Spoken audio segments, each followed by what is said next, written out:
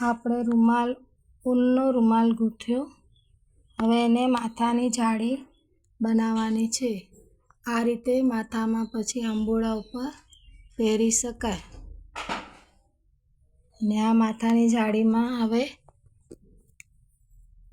હું ઇલાસ્ટિક પરોવું છું. નિશ્ચિત તો એને એક છોડીને બે ખાના છોડીને પછી એક છોડીને બે ખાનામાં એવી રીતે ઇલાસ્ટિક લેતા જવાનું.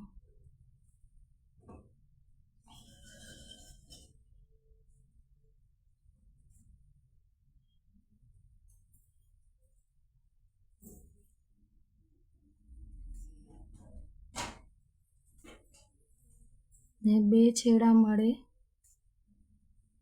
ત્યાં ઇલાસ્ટિકને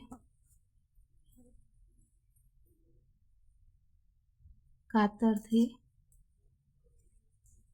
કાપી દેવાની અને એને ગાંઠ મારવાની. બે ગાંઠ પછી પાછું એક દોરાને ફરી ગાંઠ લગાવવાની. એટલે આવી રીતે ટાઈટ ઇલાસ્ટિક થઈ જશે. જે ઇલાસ્ટિક ખુલશે ને. ને આ માથાની જાળી તૈયાર થઈ ગઈ. હવે આને આંબોળા પર પહેરાવી.